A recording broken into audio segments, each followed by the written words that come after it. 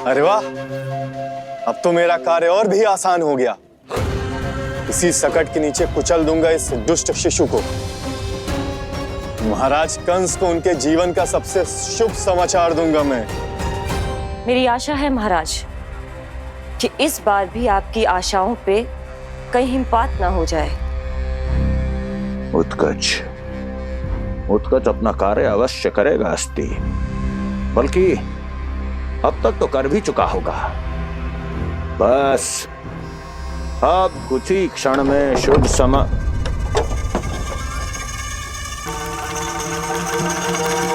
लो, आ गया मेरा शुभ समाचार।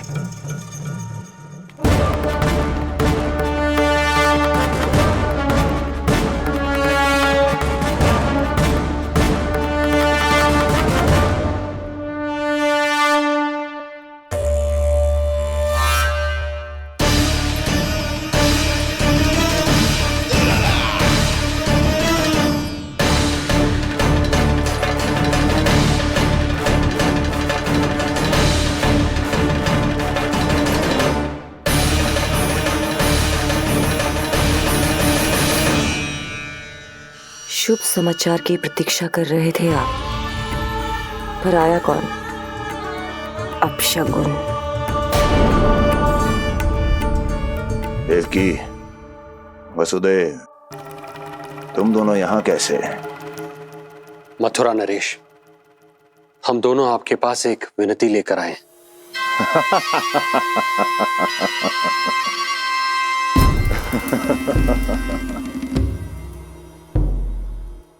जानते हो वसुदेव, मुझे आश्चर्य इस बात का नहीं कि तुम मेरे पास विनती लेकर आए हो। मुझे आश्चर्य इस बात का है कि तुमने ये सोच भी कैसे लिया कि तुम्हारी विनती यहां स्वीकार करी जाएगी। मैं जानती हूं आपके हृदय के किसी कोने में हमारे बचपन की स्मृतियां अभी भी जीवित है।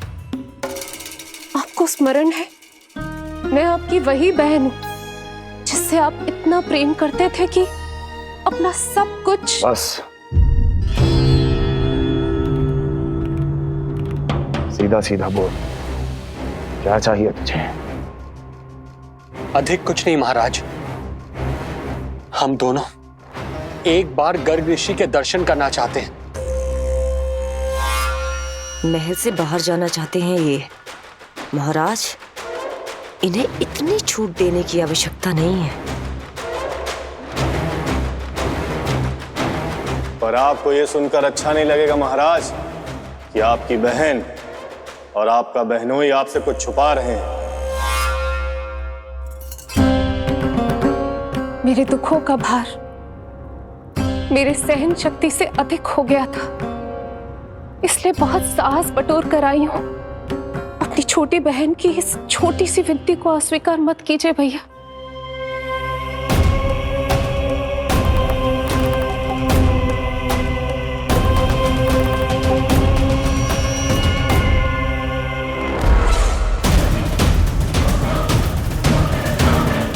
छी छी छी छी, कैसा भाई हूं मैं। मेरी बहन और मेरा बहनोई सामने खड़े हैं और मैं एक अभिमानी सम्राट की तरह इस सिंहासन पर बैठा हूं। छी, नहीं नहीं, ऐसे हाथ जोड़कर मुझे लज्जित ना करें। अरे हाथ तो मुझे जोड़ने चाहिए आप दोनों के सामने।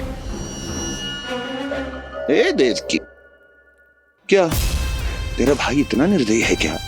अरे तेरी एक छोटी सी इच्छा भी स्वीकार नहीं करूंगा क्या? क्या चाहती है? गर्ग ऋषि के आश्रम जाना है तो जा। कुंवर जी, आप तनिक भी चिंता मत कीजिए। कंस अपने परिवार की इच्छा पूरी नहीं करेगा तो किसकी करेगा? आप बस यात्रा की तैयारी कीजिए, आपकी यात्रा का प्रबंध शीघ्र ही हो जाएगा। धन्यवाद मथुरा नरेश। बहुत बहुत धन्यवाद भैया। ठहरिए।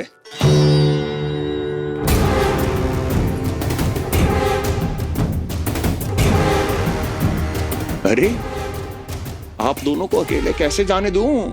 चिंता रहती है मुझे। 10 दिशाओं में शत्रु हैं मेरे। कहीं कुछ अनहोनी घटित हो गई तो?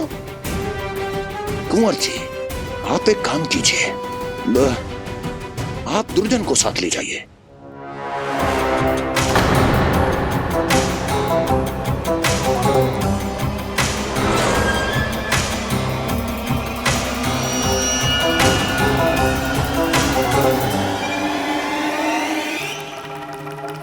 जो आ गया महाराज।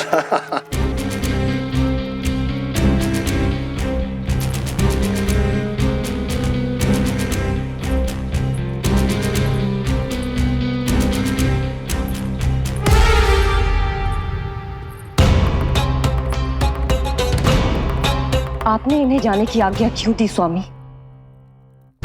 मेरा सुझाव क्यों नहीं माना आपने? हर समय तुम्हारा सुझाव मानना आवश्यक नहीं है प्रिय। जाल बिछा दिया है ये देखने के लिए कि ये दोनों मेरे विरुद्ध क्या षड्यंत्र रच रहे हैं।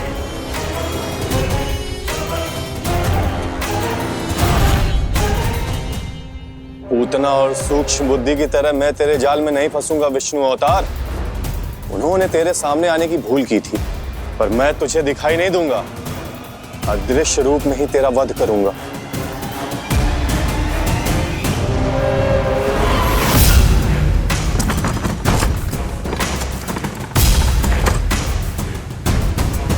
तेरी मां तुझे साधारण से धूप से बचाना चाहती थी। क्या दशा होगी उसकी जब मैं तुझे सकट के नीचे कुचल दूंगा।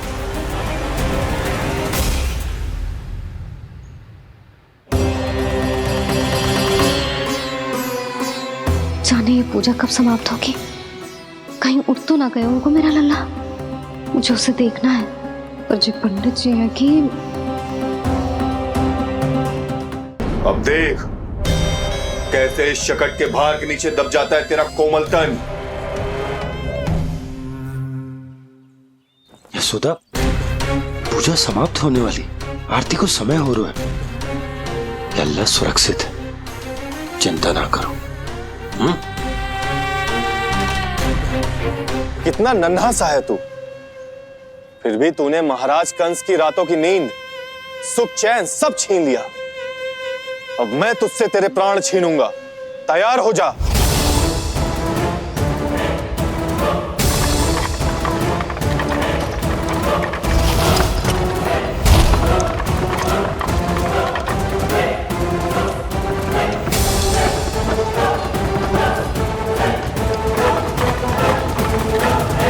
ये क्या हो रहा है?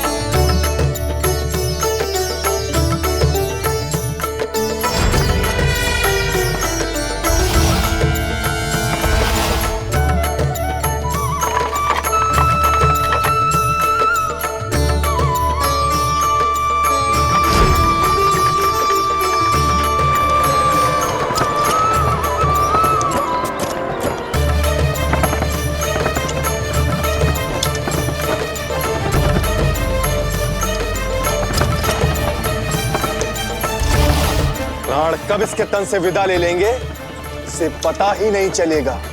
ताई जी! यशोदा ताई जी!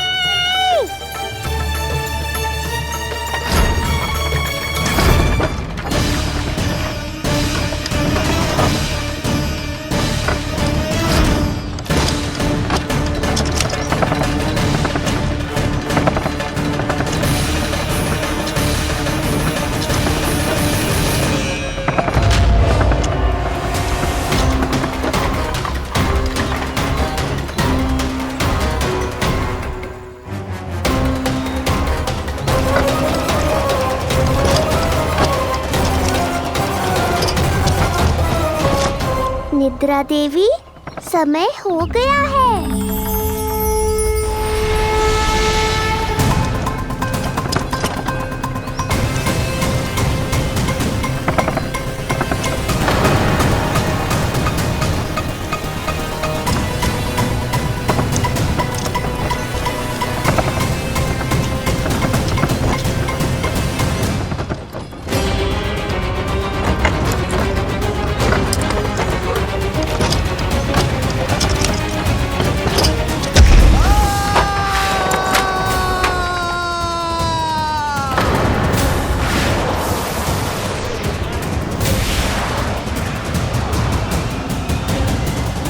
बोलो श्री नारायण भगवान की जय।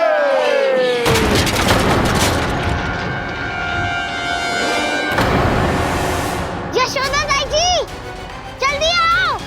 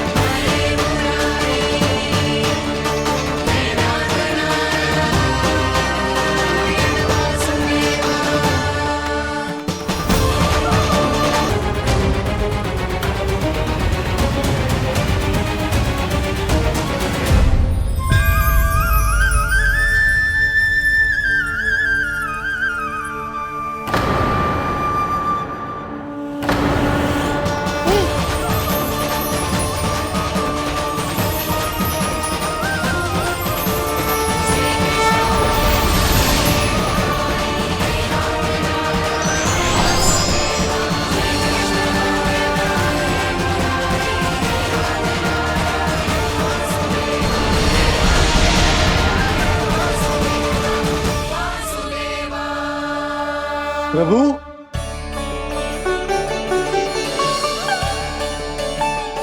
प्रभु, मैंने आपके अवतार को हानि पहुंचाने का प्रयास किया, फिर भी आपने मुझे दर्शन दिया। देने ही पड़े।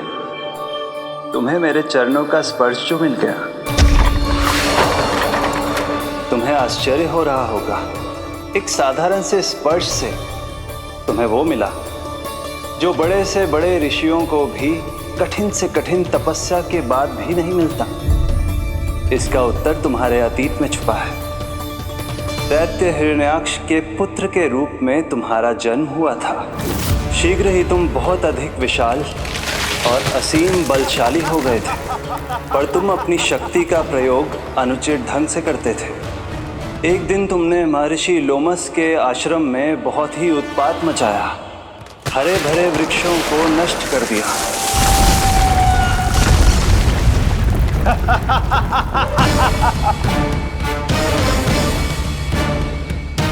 देख क्या रहे हो ऋषिवर? ये विशाल वृक्ष भी मेरे इस विराट तन के आगे कुछ भी नहीं है। जिसे स्वयं अर्जित तक नहीं किया, उस तन पर इतना अभिमान, तो सुन ले, जिनसे तेरा तन बना है उन्हीं पंच तत्वों में इसी क्षण ये विलीन हो जाएगा। ये मेरा श्राप है तुझे, मेरा श्राप है तुझे।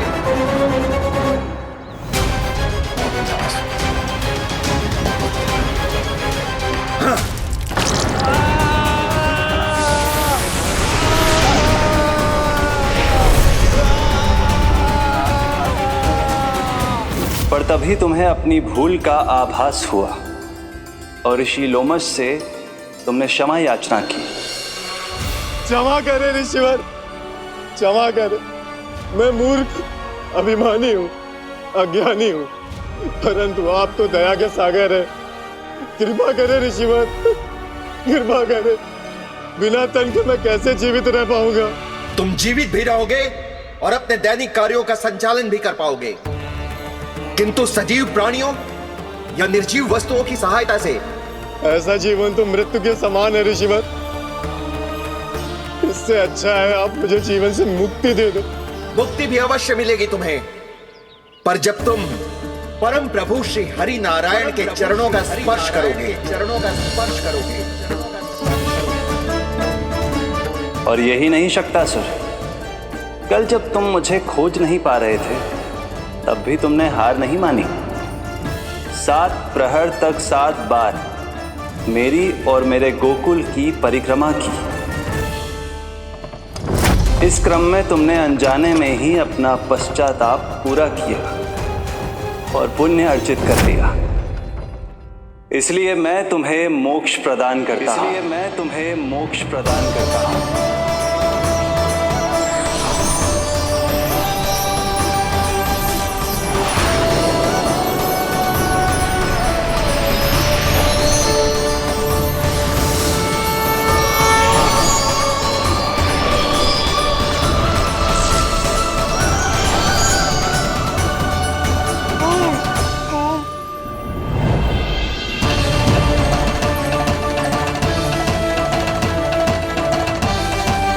यशोदा ताई जी, जल्दी आओ।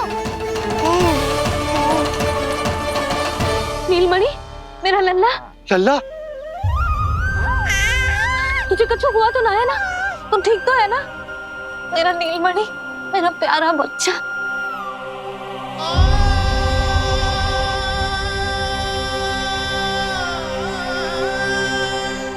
भोला, बंसी, ये सब क्या है?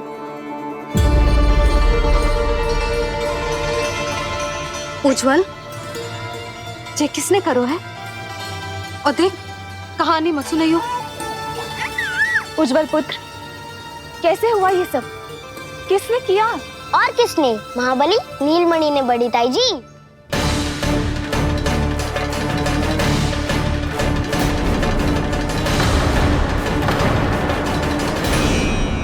जी क्या बोल रहे हो? सच्ची सच्ची बता। लो, फिर फंस गया उज्जवल। मैं सच्ची कह रहा हूँ। अचानक तीव्र वेग से वायु चली। फिर ऐसे लगो जैसे कोई भूकंप आ रहा है। और फिर जब मैंने देखा तो ये सकट अपने आप हिल रही थी, खड़खड़ खड़खड़ खड़खड़ खड़खड़। फिर मैंने साहस दिखाया और उस सकट को रोकने का प्रयास करो। पर सकट ना रुको, जे हिले ही जा रहा था, खड़खड़ खड़खड़ खड़खड़ खड़खड़ खड़खड़ खड़खड़। और फिर ऐसे ही हिलते हुए अचानक से आगे बढ़कर सीधा नीलमणि के ऊपर चला आए हो। फिर सकट भी हिल रहा था, खड़खड़ खड़खड़, और सकट का सामान भी हिल रहा था, थरथर थरथर। ऐसा लगो जैसे सकट नीलमणि को कुचलने को।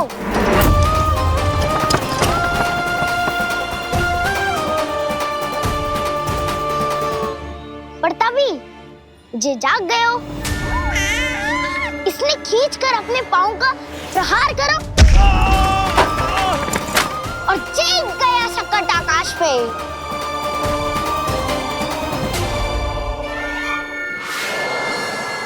और फिर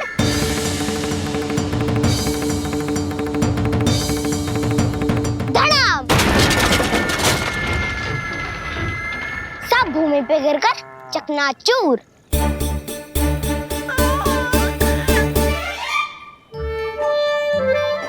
मैं सच्ची कह रहा हूँ ताई जी, नीलमणि के पैर का स्पर्श होते ही वो सकट ऐसे वायु में उड़ी जैसे कोई फूल। अच्छा, और जो तेरे हाथ में ये माखन है, ये भी अपने आप उड़ के आ गया होगा ना? हाँ, मैं सच्ची कह रहा हूँ। सदा बड़पोलापन, ये अच्छी बात ना है लल्ला, सत्य बता। मैया, मैं सत्य बोल रहा हूँ। ये सकट अपने आप ही आयो था और नीलमणि के प्रहार करते ही दूर जा गिरो। अरे, ये बड़बोले से पूछने से अच्छा है कि हमें स्वयं विचार करना चाहिए कि ये सकट टूटा कैसे। हाँ नंदराज, हाँ, हम भी आरती के लिए भीतर चले गए थे। हाँ। अरे, आप सब मेरा विश्वास क्यों ना कर रहे हो? नीलमणि के प्रहार से ही उज्जवल, सकट बहुत पुराना था, पहिया ढीला होकर खुल गया होगा। यशोदा, अनेक कारण हो सकते हैं, चिंता करने की कोई आवश्यकता ना है।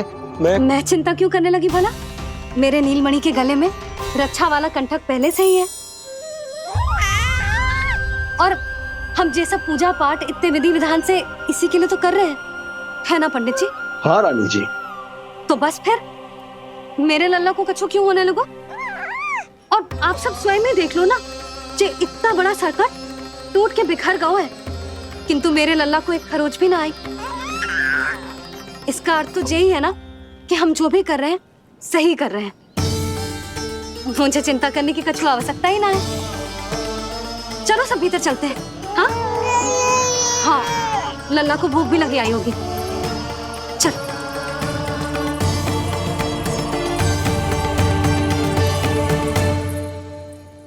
नंदराज जी, अब हमें भी आज्ञा दीजिए। प्रणाम पंडित जी। ध्यान कहाँ था तुम दोनों का? और अधिक सावधान रहने की आवश्यकता थी ना? क्षमा कीजिए नंदराज।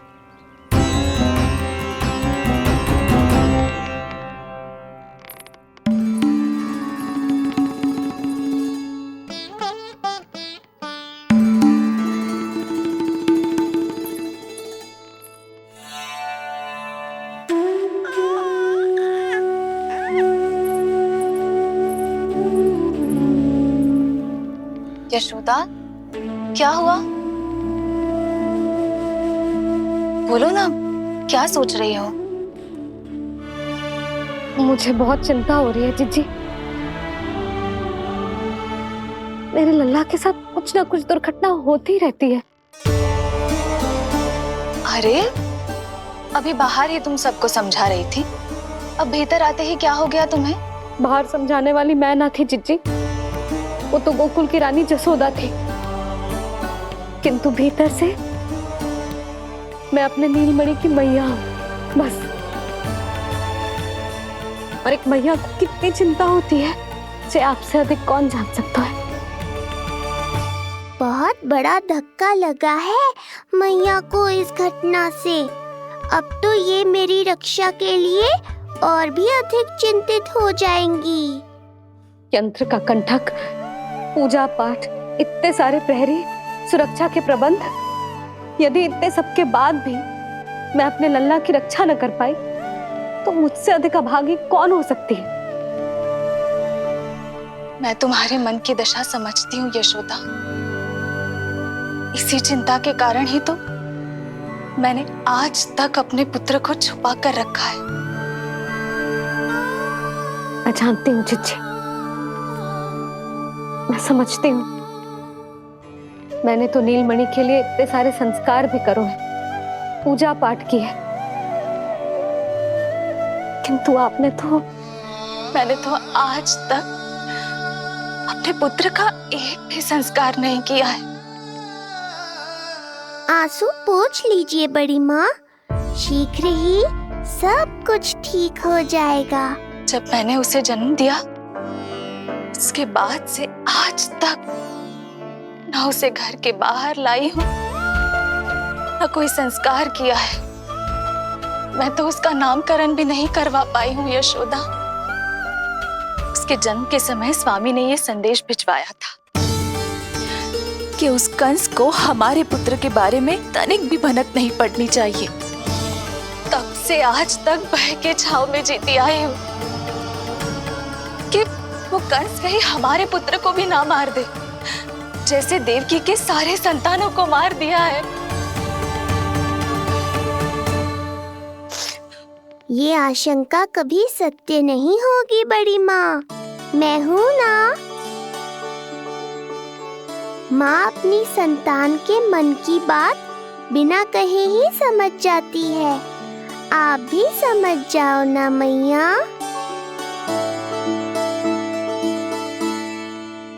जीजी, हमें रोना ना चाहिए। हमें देख के लल्ला भी रो रहा है। मैया, आपकी सहायता की आवश्यकता है मुझे ऐसे क्यों लग रहा है जैसे लल्ला मुझसे कुछ कहना चाह रहा है। दाऊ को हम सबसे दूर कब तक रखेंगे बड़ी माँ? जे सोच रहा होगा कि अब तक आपने इसके दाव को छुपा के क्यों रखो है? मैं उनसे मिलना चाहता हूँ मैया। चिच्ची, कितना मन करता होगा ना इसका अपने दाऊ से मिलने का। और आपके लल्ला का भी तो मन करता होगा ना कि अपने छोटे भाई को मिले। कितनी बातें करते हैं हम दोनों की इनके सामने। हाँ यशोदा, मैं भी अपने पुत्र को नीलमणि के बारे में सब कुछ बताती हूँ। तो बस फिर हमें साथ साथ रखिए ना। मेरा आधा हिस्सा है वो, उनके बिना मैं अधूरा हूँ मैया। ये दोनों भाई एक दूसरे के बिना अधूरे हैं जिज्जी। हमें इन दोनों को साथ ही रखना चाहिए। आप ही सोचो, यदि नीलमणि की रक्षा होगी तो आपका लल्ला भी तो सुरक्षित रहेगा। तुम सच कह रही हो यशोदा, हमें इन दोनों को मिलाना चाहिए और साथ में ही रखना चाहिए, सुरक्षित। तब तो शीघ्र ही पंडित जी को बुलाकर हमें शुभ मुहूर्त निकलवाना चाहिए। शुभ मुहूर्त? हाँ, शुभ मुहूर्त। दोनों भाइयों के मिलन के साथ साथ उनका नामकरण संस्कार भी करवा देते। अब अपने दाऊ से मिलूंगा मैं।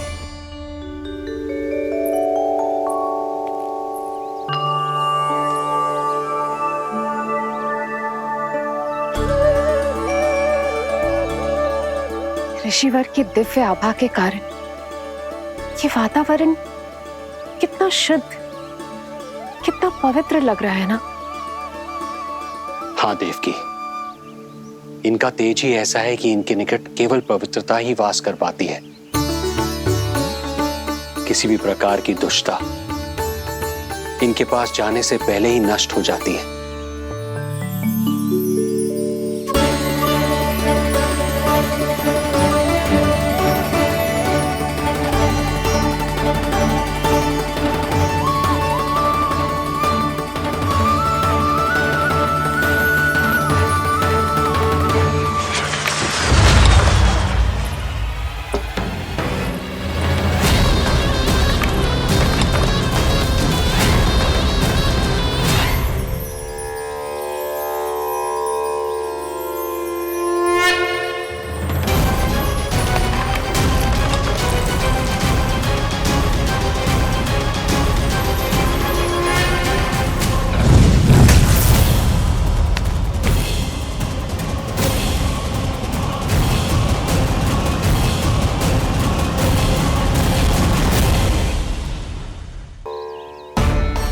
इनका तेज ही ऐसा है कि इनके निकट केवल पवित्रता ही वास कर पाती है।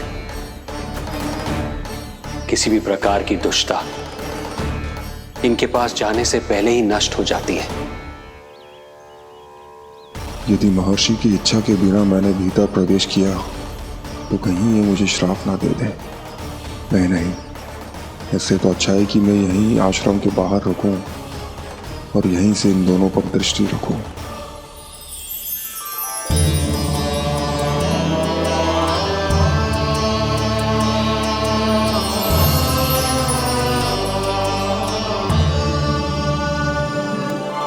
आपके आने का आभास हो गया था राजन। गुरुदेव, जो संतानें हमने खो दी है उनका श्राद्ध करवाने की विनती लेकर हम आपके पास आए हैं।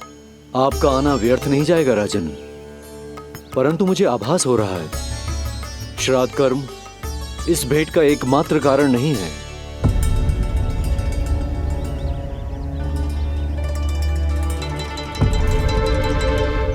आपको उसकी या कंस की चिंता करने की कोई आवश्यकता नहीं है। निश्चिंत होकर बताइए कि आपकी इच्छा क्या है। गुरुदेव, वर्तमान में मेरी प्रथम पत्नी रोहिणी पुत्र सहित गोकुल में निवास कर रही है। हमारे उस पुत्र का और भाभी यशोदा के पुत्र का नामकरण संस्कार करवा दीजिए। बस यही हमारा सौभाग्य होगा। मुझे कुछ सुनाई क्यों नहीं दे रहा है? देवी रोहिणी से उत्पन्न आपका पुत्र यादव कुल का राजकुमार है और यादवों का गुरु होने के नाते उसका संस्कार कराना हमारा कर्तव्य है। परंतु यशोदा पुत्र का नामकरण वो आप मुझसे क्यों करवाना चाहते हैं?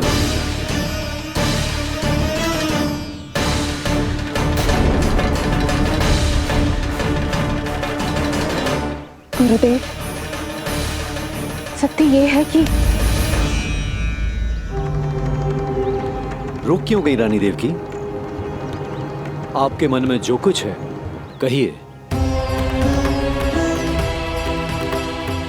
ये कैसी दुविधा में फंस गया मैं। यदि मैंने गुरुदेव को यशोदा पुत्र का सत्य बताया तो कंस को भी पता चल जाएगा, और यदि नहीं बताया तो कहीं ऐसा ना हो कि ऋषिवर ही बुरा मान जाए। लगता है आप दोनों की दुविधा मेरे अनुमान से भी बहुत बड़ी है। अपनी या अपने पुत्र की कुंडली लाए हैं राजन? जी गुरुदेव, अपनी कुंडली है मेरे पास। देवकी,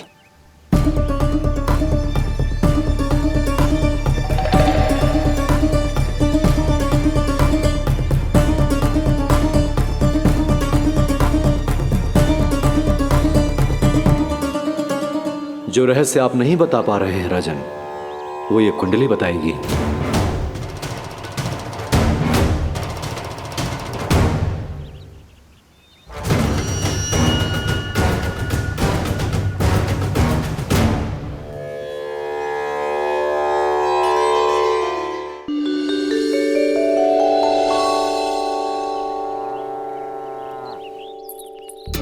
लल्ला, बता कैसी है जगदा? मैया को हो क्या गया है आज? देख, सही सही बताइयो।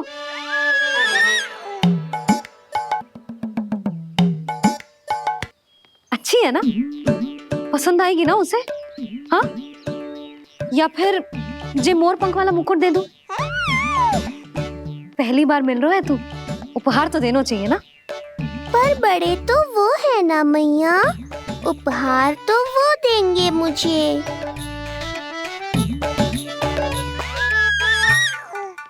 ना ना, मोर पंख वाला मुकुट तो मेरे लल्ला का है ना, जे ना दे सकते। तेरे जैसा कोई कंठक या चांदी वाला कड़ा दे दूं? हाँ?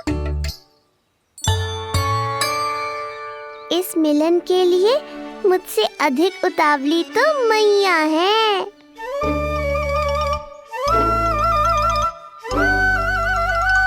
अच्छा, जे उपहार छोड़, तू तो जे बता कि तू उसे बुलाएगा क्या कह के? अन्य सभी के जैसे बड़े भैया या गांव वालों के जैसे दद्दा बुलाएगो, या फिर बड़े नगरों में जैसे बुलाते हैं ज्येष्ठ ज्येष्ठ भ्राता बुलाएगो, या फिर प्रेम से बुलाएगो दाऊ दाऊ बुलाएगो ना?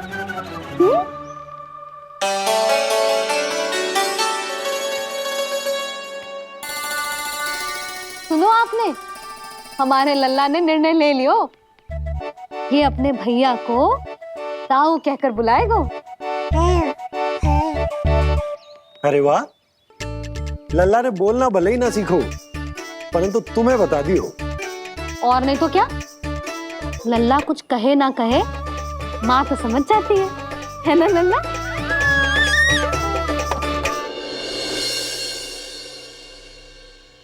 और इसने दाऊ वाली बात पे हाँ भी की है। हाँ हाँ, तो सदानंद जी ने भी कर दी है। लो, मैं तो भूल ही गई। क्या कही पंडित जी ने? बता तो ना यशोदा, बाहर से आया हूँ, हाथ पैर तो धो लूं। हाँ, ले लो। अब बताओ, कब का मुहूर्त निकालो है? तनिक हाथ मुंह पूछ लो। अब बताओ क्या कही उन्होंने? यशोदा, थक गए हूँ, तनिक सांस तो लेने दो। बाहर से आया हूँ, जलना पूछोगी?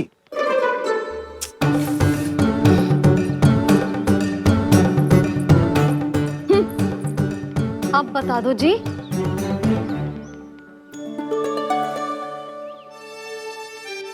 बाबा, अब बता भी दो, नहीं तो खेल खेल में खेल हो जाएगा।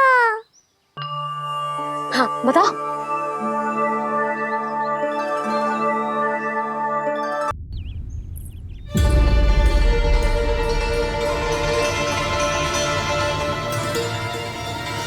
हो क्या रहा है वहां? ये क्या दिया है राजकुमारी ने?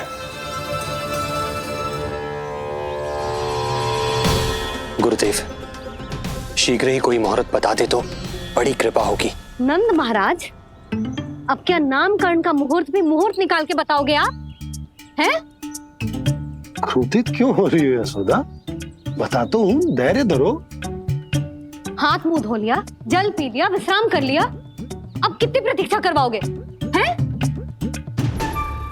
मैं सब समझ रही हूँ, आप जानबूझ के मुझे सताने के लिए ना बता रहे। मैया कितनी भोली है बाबा, आप क्यों सता रहे हो उन्हें? बस बस बस, इतना भावुक होने की आवश्यकता ना है। बता तो, पंडित जी ने बताया है एक बहुत ही शुभ मुहूर्त आने वाले सप्ताह में ये है। और जानते हो ये शुभ मुहूर्त किस दिन पड़ेगा? जिस दिन हमारा लल्ला पूरे 100 दिन का हो जाएगा। इससे अच्छा मुहूर्त तो हो ही नहीं सकता। धन्यवाद गुरुदेव।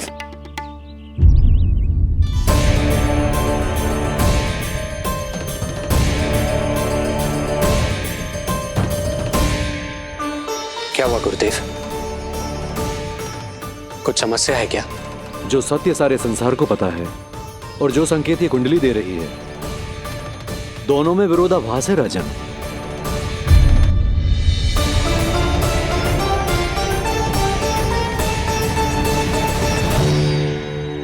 मैंने कहा ना राजन, उसकी चिंता करने की आवश्यकता नहीं है। ये कुंडली मुझसे कह रही है कि आपके भाग्य में केवल पुत्र थे। आपके भाग्य में केवल पुत्र थे, तो पुत्री कैसे हुई? इस कुंडली के अनुसार आपकी दोनों पत्नियों के एक-एक पुत्र जीवित हैं। एक-एक पुत्र जीवित हैं।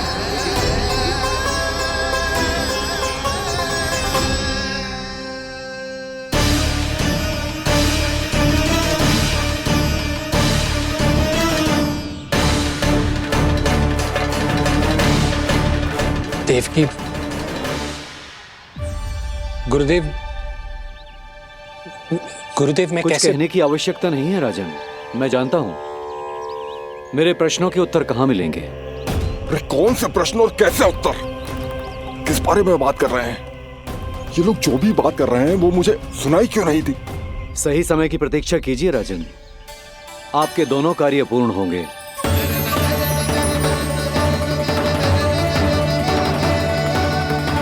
अब आप निश्चिंत होकर जाइए और प्रसन्नता मनाने की तैयारी कीजिए।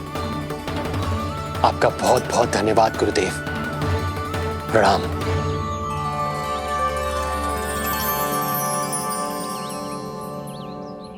सच्ची?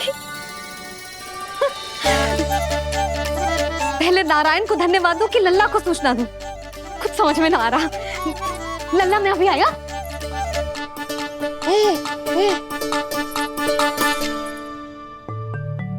आपका बहुत बहुत धन्यवाद नारायण। अब शीघ्र ही मेरे लल्ला और उसके दाऊ को उनके नाम मिल जाएंगे, वो नाम जिससे वे पूरे संसार में पहचाने जाएंगे। अब लल्ला को बताती हूँ। लल्ला, तू जैसे ही 100 दिवस का हो जाएगा, तेरा और तेरे दाऊ का नामकरण हो जाएगा। हाँ हाँ, किंतु आपने तो बताओगी ना, हम इन दोनों को मिलवा कब सकते हैं? क्या देख रहे हो, बताओ तो। यशोदा, पंडित जी ने कही कि दोनों भाइयों को मिलवाने के लिए कोई मुहूर्त की आवश्यकता ना है, तो हम चाहे तो इन्हें आज भी मिलवा सकते हैं। लल्ला सुनो तूने, तू आज ही अपने दाऊ से मिल सकता है। मैं अभी सारी तैयारियां करती हूँ। भव्य मिलन होगा गोकुल में, भव्य मिलन। कुंडली के अनुसार इन दोनों के 8 पुत्रों में से 2 जीवित बचे हैं। पहला तो रोहिणी पुत्र है, पर दूसरा कौन है? और वो कन्या कौन थी जिसे कंस ने मारा था? वासुदेव की कुंडली में अभी तक पुत्री योग बना ही नहीं है।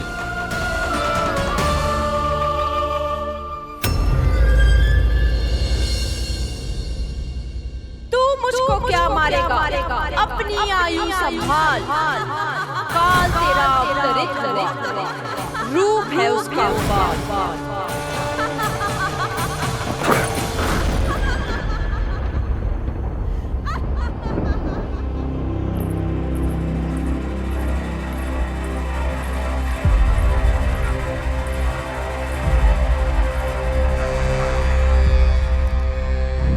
आधी रात को इस तरह से उठकर बैठे हुए हैं आप स्वामी। मैं ये तो नहीं जानती कि किस बुरे स्वप्न ने आपकी नींद छीन ली है, परंतु इतना अवश्य जानती हूं कि जो सूचना ये गुप्तचर लेकर आया है, इसे सुनकर आप रात भर सो नहीं पाएंगे।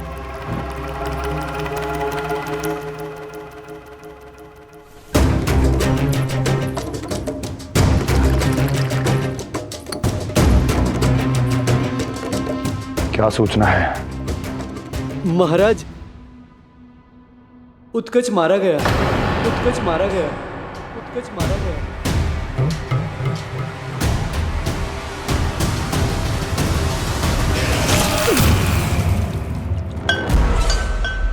सूद बूद खो गए हो क्या अपनी?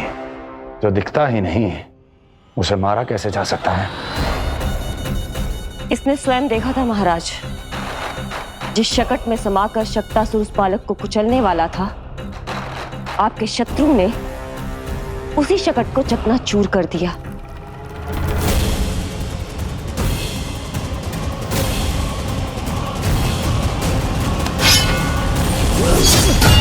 महाराज क्षमा। लगता है आपके सैनिक और तलवार दोनों की धार कुंद पड़ गई है महाराज।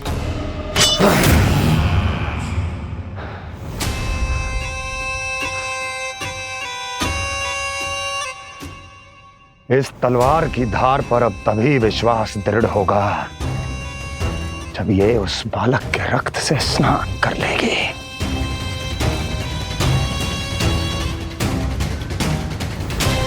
और कैसे? कैसे?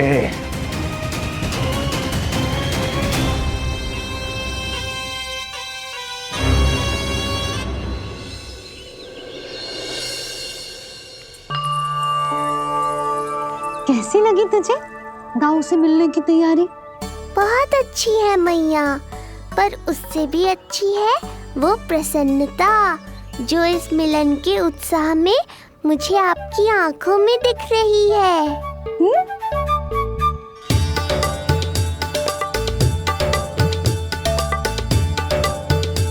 यशोदा, तुमने तो दो भाइयों के मिलन को भी त्योहार बना दिया। हाँ तो ये किसी त्योहार से कम थोड़ी ना है। ये शुभ दिन दोनों भाई के मिलन को पूरा गांव देखेगो। तो फिर अब बड़ी मैया को बुलाओ ना मैया। यशोदा जी, रोहिणी जीजी इतनी प्रतीक्षा क्यों करवा रही है? इतने दिवस से छुपा के रखे लल्ला को, अब तो शीघ्रता करनी चाहिए ना, है ना भाभी? प्रतीक्षा अवश्य की है, किंतु फल भी तो मीठा मिलेगा। आती होंगी रोहिणी जीजी।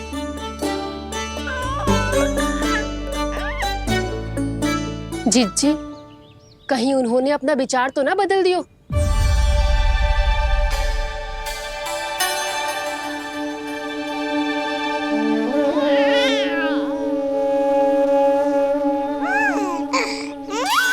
कितनी शीघ्र चिंतित हो जाते हो आप सब। देखो आ रहे हैं वो।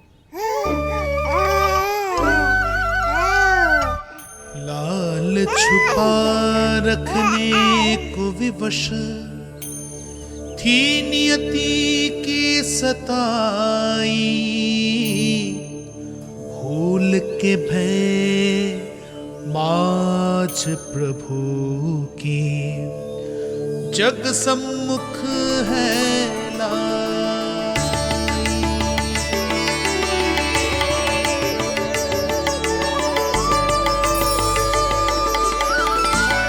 देखो तो कितनी मधुर मुस्कान है। और आंखें कैसी गंभीर और गहरी है। अरे अरे, ये तो हमारी नीलमणि की तरह सुंदर भी है। सही कह रही है तू, और कितना प्यारा भी है।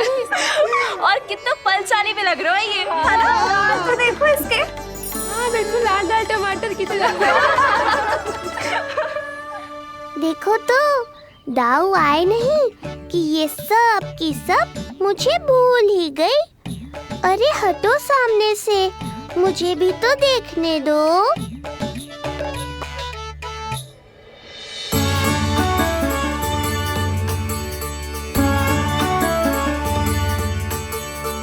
मैया सहायता करो ना।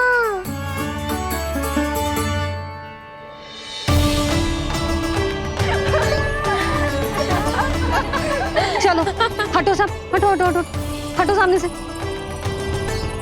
चलो दोनों भाइयों को एक दूसरे से मिलने तो दो।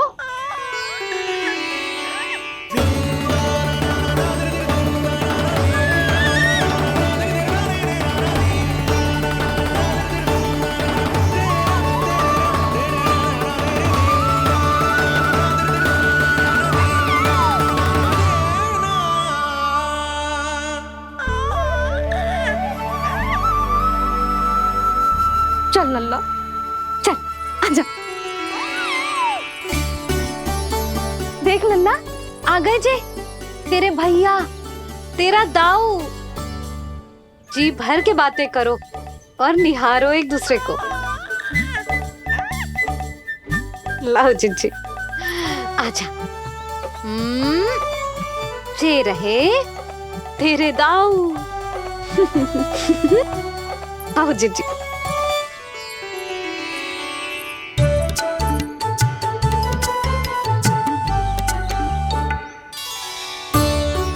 स्वागत है दाऊ।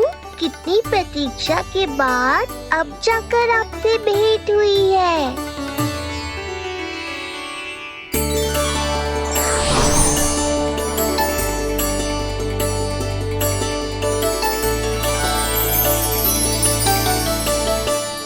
क्या हुआ दाऊ, मुझे पहचान नहीं पा रहे? कितनी देर लगाओगे दाऊ? अब तो पहचान लो, छोटा भाई हूँ आपका।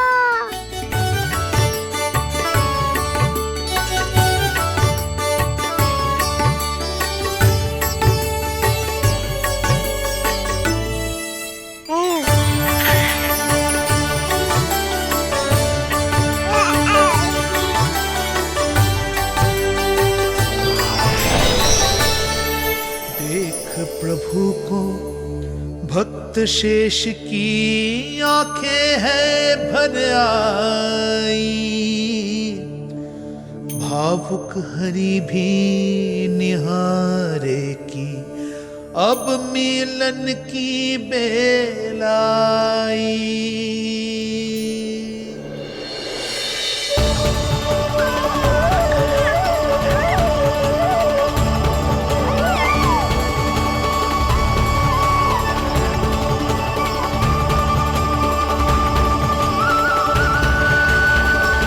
प्रभु, आपके दर्शन पाकर मैं धन्य हो गया।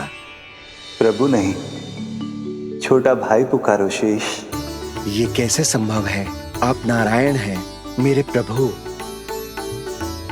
ये जानते हुए भी मैं आपसे बड़ा कैसे बन सकता हूँ? हर दुविधा की तरह इसका भी समाधान है शेष। अब तो हम एक दूसरे से मिल भी चुके हैं। पृथ्वी पर हमारा सूत्र जुड़ चुका है, इसलिए समय के साथ तुम ये भूल जाओगे कि तुम्हारा ये भाई मेरा ही अवतार है। ये क्या कह रहे हैं प्रभु? वही जो आवश्यक है, नहीं तो तुम नीलमणि के बड़े भाई होने का कर्तव्य कैसे निभाओगे? कैसे डांटोगे मुझे? और बड़े होने के नाते मुझ पर अधिकार कैसे दिखाओगे? पर प्रभु, पर किंतु परंतु ये सब भूल जाओ शेष। आज से इसी क्षण से मैं हूं तुम्हारा छोटा भाई और तुम मेरे ताऊ। मैं हूं तुम्हारा छोटा भाई और तुम मेरे ताऊ। नारायण नारायण दाऊ। दोनों इतने सुंदर लग रहे हैं, मेरी तो दृष्टि भी ना हट रही इससे। कहीं मेरी ही दृष्टि ना लग जाए नहीं। ये तो प्रतिदिन की कथा है दाऊ। हे नारायण, मेरे कानों से तो अभी से रक्त निकलने लगा। आदत डाल लो दाऊ, अब तो सहना ही पड़ेगा। वो देख रहे हो, सुलक्षणा चाची सबसे अधिक चतुर यही है। केवल अधिक चतुर ही नहीं नीलमणि, बहुत अधिक सयानी भी है ये। बिल्कुल सही पहचाना दाऊ, पर आप चिंता मत करो, मैं हूँ ना, मैं संभाल लूंगा इन सबको। देखो तो जिज्जी, इन दोनों की दृष्टि एक दूसरे से ऐसी चिपक गई है कि अब हटने का नाम ही ना ले रही। ये सूचक है उस प्रेम के बंधन का जिसमें ये दोनों भाई आज के बाद सदा के लिए बंध जाएंगे।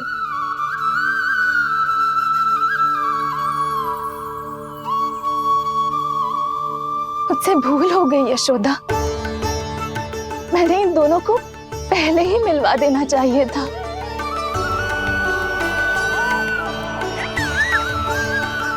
मैं कहती थी ना आपसे।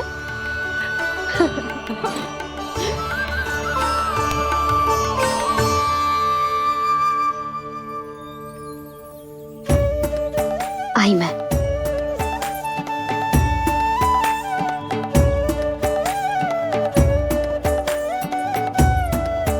क्या सोच रहे हो ऐसे खड़े खड़े? देख रहा हूं दोनों भाइयों का ये मिलन किसी त्योहार से कम थोड़ी ना। सही कहा था तुमने।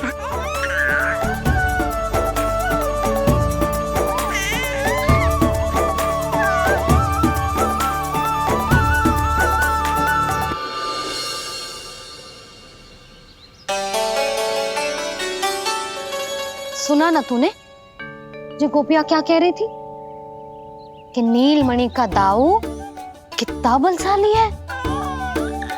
इसका तो यही अर्थ हुआ ना कि नीलमणि अपने दाऊ जितना बलशाली ना है। अब समझा मैया कि आज मुझसे इतना व्यायाम क्यों करवाया जा रहा है। पर मुझे पता है मेरा नीलमणि सबसे अधिक बलशाली है। हाँ। उज्जवल ने कही थी ना, नीलमणि ने यूं उड़ा दिया था काले कौवे को मथुरा की ओर। और उज्जवल ने तो ये भी कही थी कि नीलमणि ने अपने पांव से सकट पे प्रहार भी किया था। कैसे किया था प्रहार? ऐसे किया था। लग गई मैया को। कैसे किया था? फिर से बता कैसे किया था?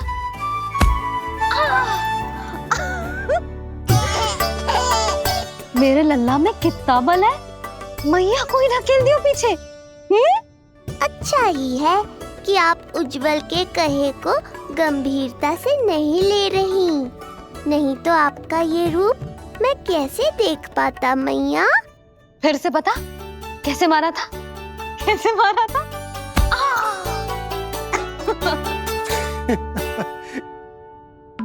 लल्ला तू बड़े के जैसे कब से हंसने लगो?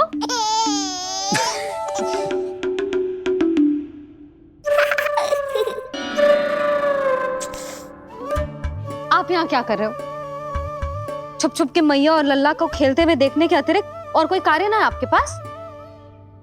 कार्य तो है, पर यह अधिकार भी है कि मैं अपनी बड़ी सी पत्नी को अपने छोटे से लल्ला के साथ छोटे बालकों की तरह व्यवहार करते हुए देखूं। अब देख लियो ना, अब जाओ अपना कार्य करो। कार्य तो कर लूंगा, परंतु मेरा पेट मुझसे कह रहा है कि इसे भूख लगी। भूख लग गई? भोजन का समय होगा। अभी लगाती हूँ भोजन।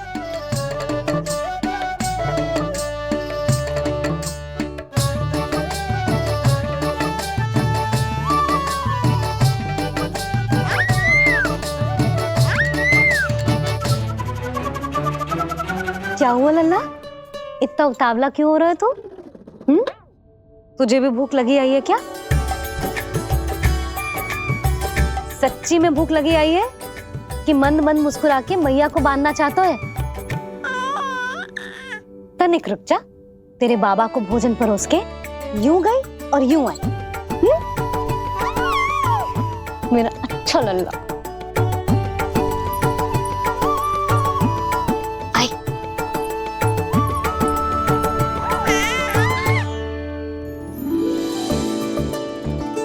आज केवल रोटी है खाने में? ना, दाल है ना, तरकारी भी है, दही है, लड्डू भी है। तो दाल ले आओ। अभी लाई है।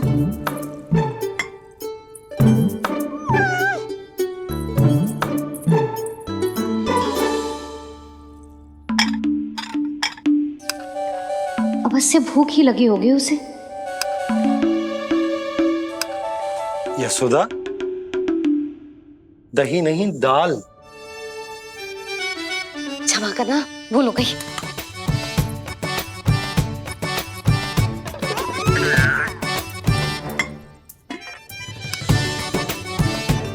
यशोदा, दाल दाल।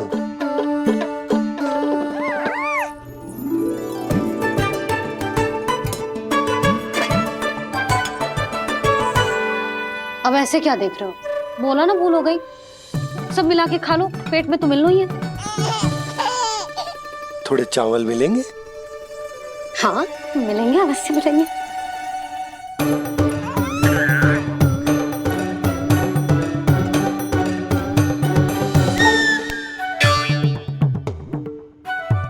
लड्डू नहीं, चावल।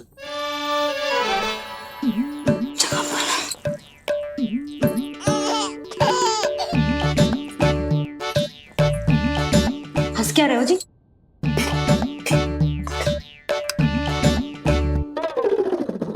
आज व्यायाम भी बहुत कस के करवाओ था मैंने, कहीं अधिक भूख तो ना लगी होगी। सच्ची है यशोदा, बिल्कुल ना बदली तू। पहले रामू की चिंता में व्याकुल रहती थी और अब हम नीलमणि में तुम्हारा मन लगा रहता। हाँ तो लल्ला भूखा हो और मैया का मन व्याकुल भी ना हो, ऐसा हो सकता है भला? फिर तो दूध पिला दो ना उसको। जाऊं? शीघ्र जाओ। किंतु आप तो खा रहे हो ना पतिदेव। वही तो यशोदा, मैं खा रहा हूं, किंतु वो भूखो है।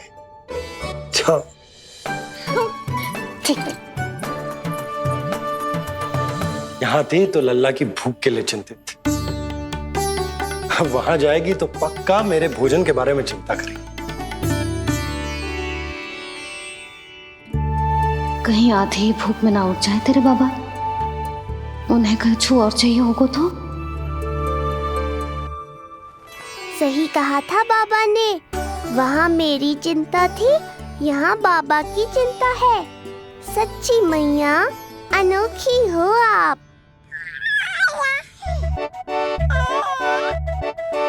अरे इतने से पेट भर गया तेरा? ना, ये वाली मुस्कुराहट तो मत ही दिखा मुझे। इतनी शीघ्र तेरा पेट भर ही ना सकता। मैया जानती है अपने लल्ला की भूख।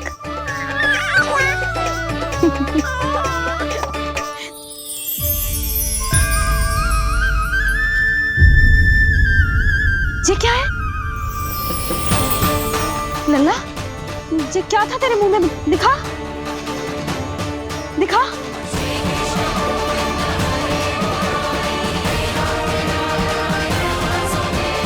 मैया को सब पता है, इतनी जल्दी तेरा पेट भर ही ना सकता।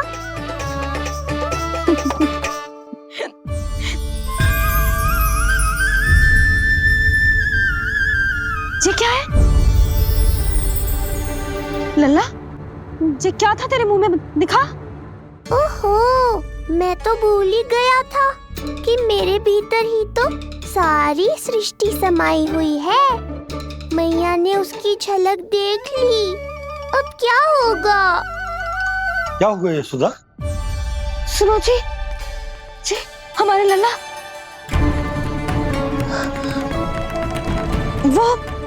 वो इसके मुंह में। क्या? भूल जाओ ना मैया, कुछ नहीं था मेरे मुंह में। लल्ला मुंह खोल के बाबा को दिखा।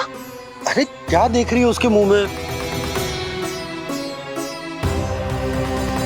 अवश्य ही मेरा दृष्टि भ्रम होगा, किंतु ऐसा भ्रम। अरे बताओ ना यशोदा, या फिर मुहूर्त शीघ्र ना बताने की बात का प्रतिशोध ले रही हो तुम? ना ऐसी बात ना है।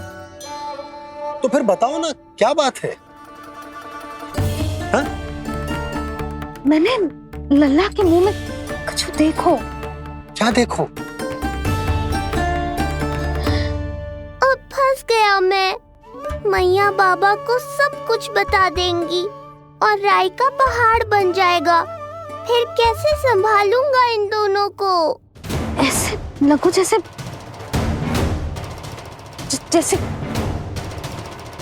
पूरा का पूरा ब्रह्मांड। ब्रह्मांड लल्ला के मुंह में।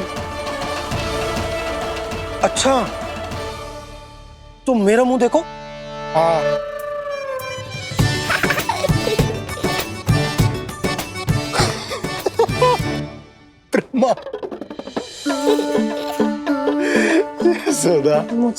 मुझे पता था आप मेरा उपहास उड़ाओगे। अरे नहीं, तुम देखो तो सही।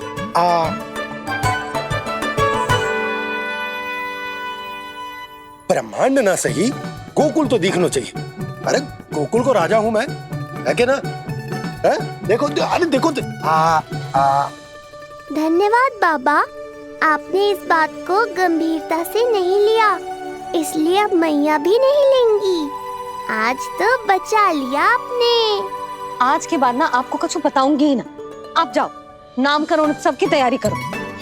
और हाँ, इस बार भी उत्सव छोटा ही करना है, जो तो मत ही बोलना आप। हाँ। अब इसे कैसे समझाऊं कि हम कोई भी उत्सव बड़ा ना कर सकते? व्यर्थ ही कंस की दृष्टि पड़ जाएगी हम पर।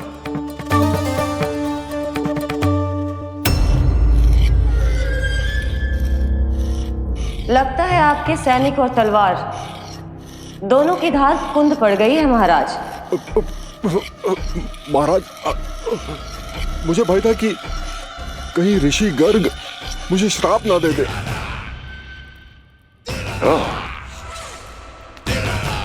तो श्राप से भयभीत हो गए दुर्जन, किंतु कंस तो कोई श्राप नहीं देता, सीधा मृत्यु देता है। ऐसा न करे महाराज, दया करे, दया निदान। यदि मैं उनकी इच्छा के विरुद्ध भीतर जाने की कोशिश करता तो जितनी सूचना मुझे मिली है उतनी भी नहीं ला पाता। तब आपको कैसे पता चलता महाराज कि आपकी बहन और बहनोई मात्र अपनी मृत संतानों के श्राद्ध के लिए वहां नहीं गए थे?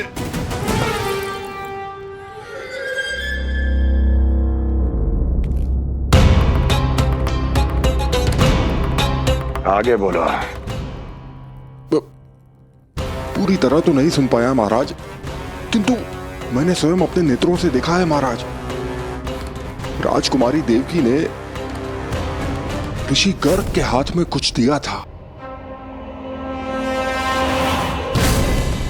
ये सत्य है महाराज, और ऋषि गर्ग ने उन दोनों को वचन भी दिया था।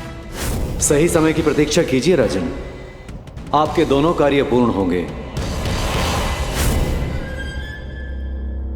महाराज, मैं आपका सबसे विश्वसनीय सेवक हूं। आपके हर आदेश का पालन करना मेरा अधिकार है, और मैंने अपने अधिकारों का पालन किया भी है महाराज। किंतु फिर भी यदि मेरी ओर से कोई भूल हुई हो, मुझे क्षमा करे दया निदान, मुझे क्षमा करे। इसका अर्थ है कि उत्कच सही कह रहा था। वो दोनों अवश्य ही कोई ना कोई षड्यंत्र रच रहे हैं मेरे विरुद्ध। समय आ गया है, अब मुझे किसी ऐसे की खोज करनी होगी जो उतना ही शक्तिशाली हो जितनी की मेरी ये तलवार।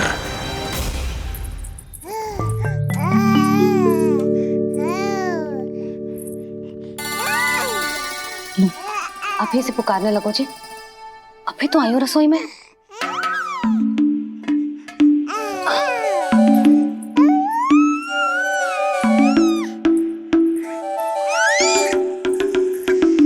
शीघ्र ही तुझे भी अपने बाबा का हाथ बटाना पड़ेगा, समझ रहे हो ना? बटाएगो ना हाथ? अभी जो 100 दिन का भी ना हो और जिस नन्हे से बालक को काम काज का भार सौंपने की बात करने लगे। काम का नाम सुनते ही मुख से स्वर ना निकल रहे तेरे। अभी तो बड़ा ऊ कर रहा था। बता, हाथ बटाएगो के ना? अरे बता ना।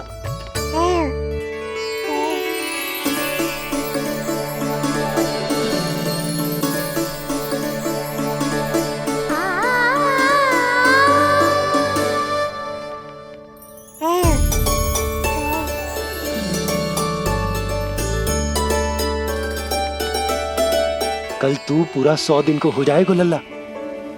पंडित जी आएंगे, तुझे नया नाम मिलेगा। देखो तो मन में तो इनके भी कितना उत्साह भरो है, बस दृष्टि में मैं ही आती हूँ। और कल तुझे वो नाम मिलेगा लल्ला जिससे पूरा संसार तुझे पहचानेगा।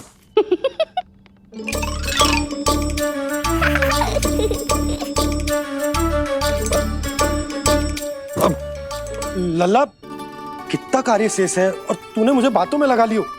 मुझे क्यों फंसा रहे हो बाबा? छुपाने की कोई आवश्यकता ना है।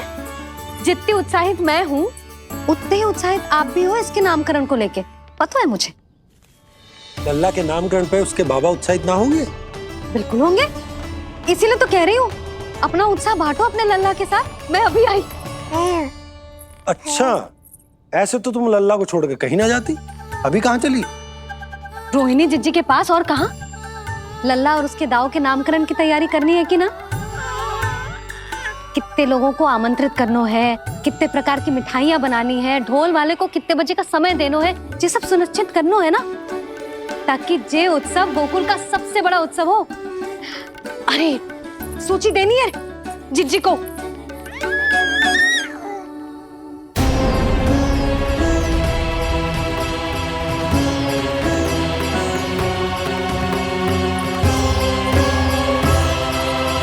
सबकी कोई आवश्यकता ना है। आवश्यकता ना है मतलब? कहना क्या चाहते हो आप? मैं ये कहना चाहता हूं कि यशोदा, सत्य तो ये है कि हमें दुख में ना अत्यधिक दुखी होना चाहिए और ना सुख में अत्यधिक उत्साहित। प्रसन्नता कितनी भी क्यों ना, हमें उत्सव संयम से ही मनाना चाहिए। इतने वर्ष संयम ही तो रखा था ना नंद जी।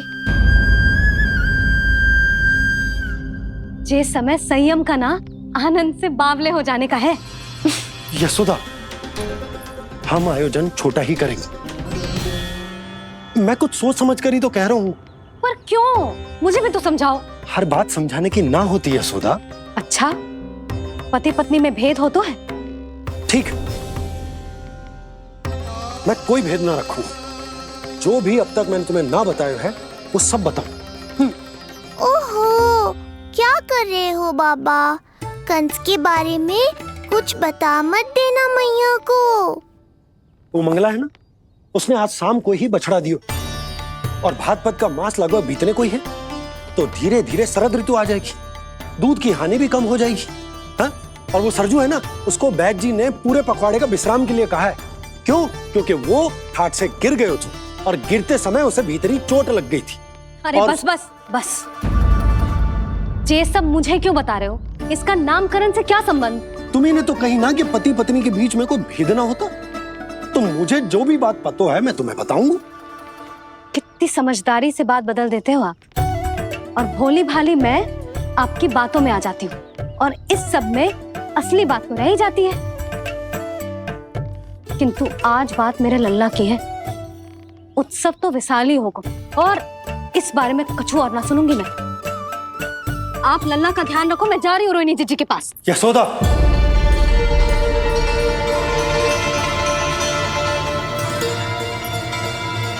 बात केवल सुनने की ना होती, उसे समझना भी पड़ता है।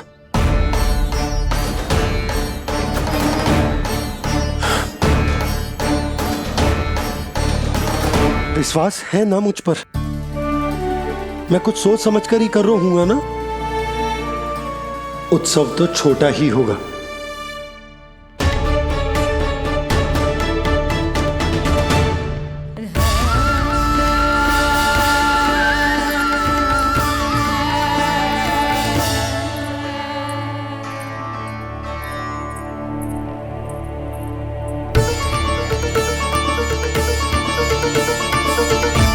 क्षमा करना लल्ला, तेरी मैया को डांटना पड़ गया।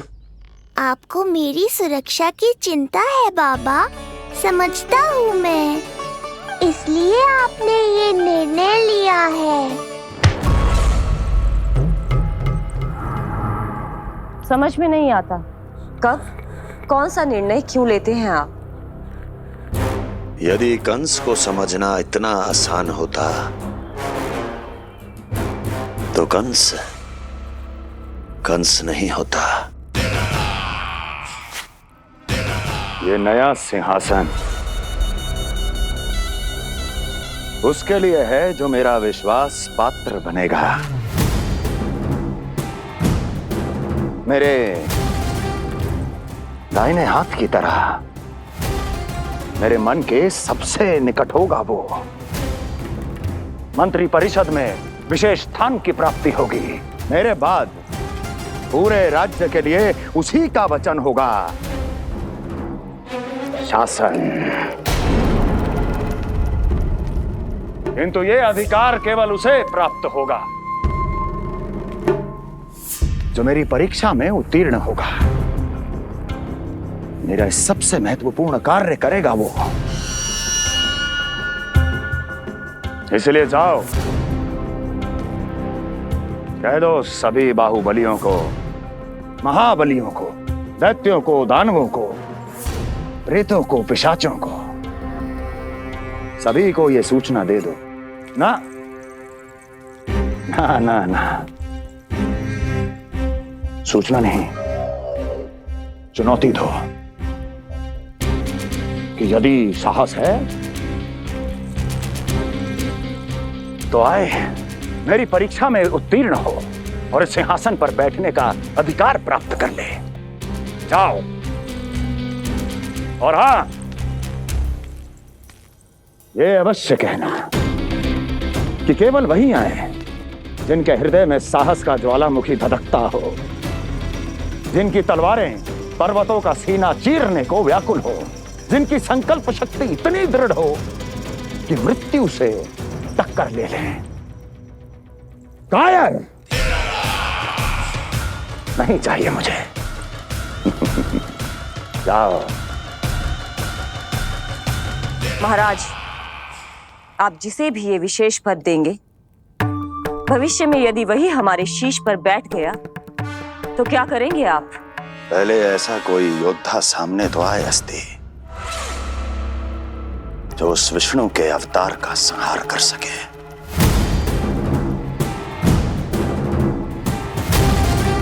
और जहां तक प्रश्न है हमारे शीश पर बैठने का, तो स्मरण रखो अस्ति, कंस को अच्छी तरह आता है ऐसे दुस्साहसियों को बीच दरबार में खड़ा करके अपनी उंगलियों के संकेत पर नृत्य करवाना। ता दीर्घ ता और अपना कार्य सिद्ध होने के बाद उनके तन से उनके शीश को उतारना। कंस को भली भांति आता है।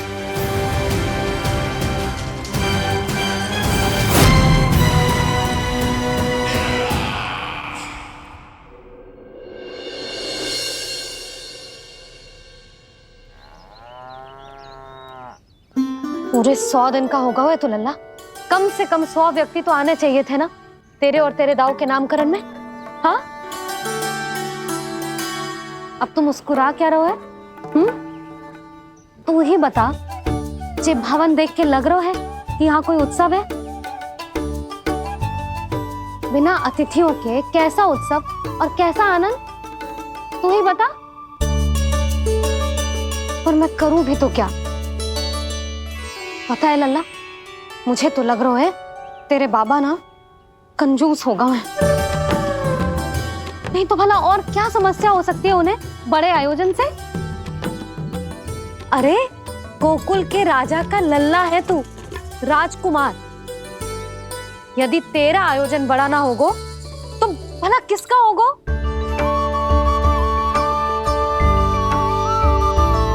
मेरी ही भूल है, मैं भोली हूं, इसीलिए व्यर्थ में तेरे बाबा की बातों में आ गई। मैं भोली हूं ना, व्यर्थ में उनका कहा मान गई। किंतु अब ना मैं कोई मांग रखूंगी, ना मैं उनसे बात करूंगी। और कहे देती हूँ लल्ला, सावधान जो इस बार तू बीच में आया तो। हाँ नहीं तो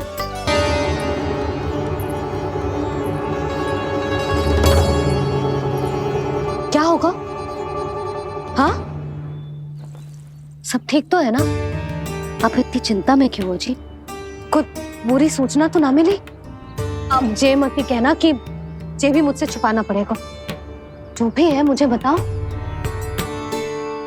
पंडित सदानंद जी महाराज वो नामकरण के लिए ना आ सके। उनकी बिटिया के पांव भारी, उसे लिवाने वो समधियाने गए। ये तो शुभ समाचार है।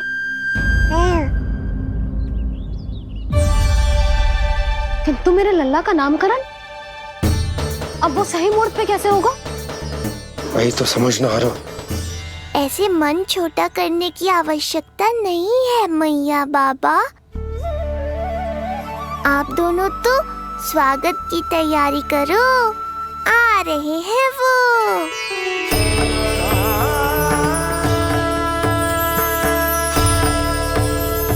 लो, आ गए वो जिनकी मुझे प्रतीक्षा थी। आप दोनों व्यर्थ ही चिंता कर रहे थे।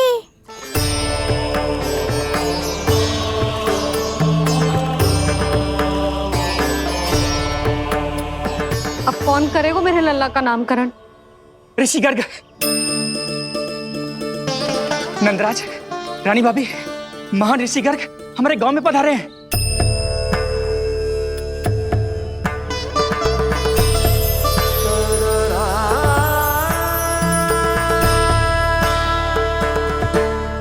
ऋषि गर्ग गोकुल में? हाँ नंदराज, और कह रहे थे उन्हें यादव राज वासुदेव जी ने भेजो है रानी जी के पास। अरे तो तुम लोग खड़े खड़े क्या देख रहे हो? जाओ उनके सत्कार की तैयारी करो।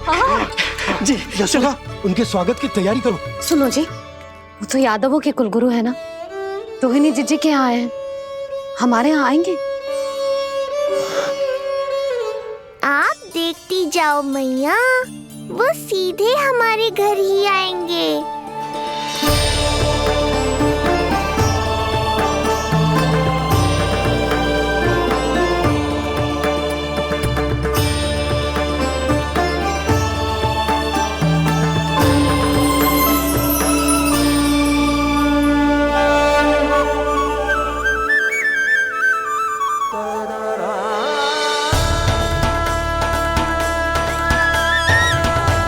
ये क्या हो रहा है मुझे? मैं उस भवन की ओर क्यों बढ़ा जा रहा हूँ? क्योंकि आपके यहाँ आने से ही मेरी मैया बाबा की चिंता समाप्त होगी ऋषिवर। ये बात तो मैं न जानता, परंतु मुझे जाकर उनको स्वागत करना चाहिए।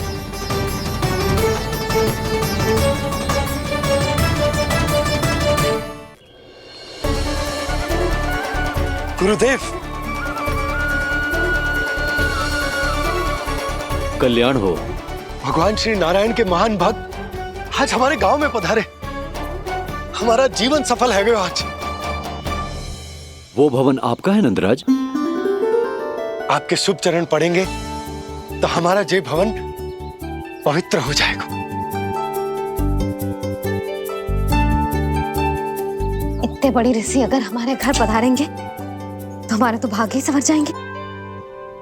मैया आपके दर्शन को तरस रही है ऋषिवर। संकोच मत कीजिए, अब आ भी जाइए। पधारिए गुरुजी। न जाने क्यों मेरे पांव अपने आप ही आपकी भवन की तरफ जाने को व्याकुल है नंदराज। पधारिए गुरुदेव।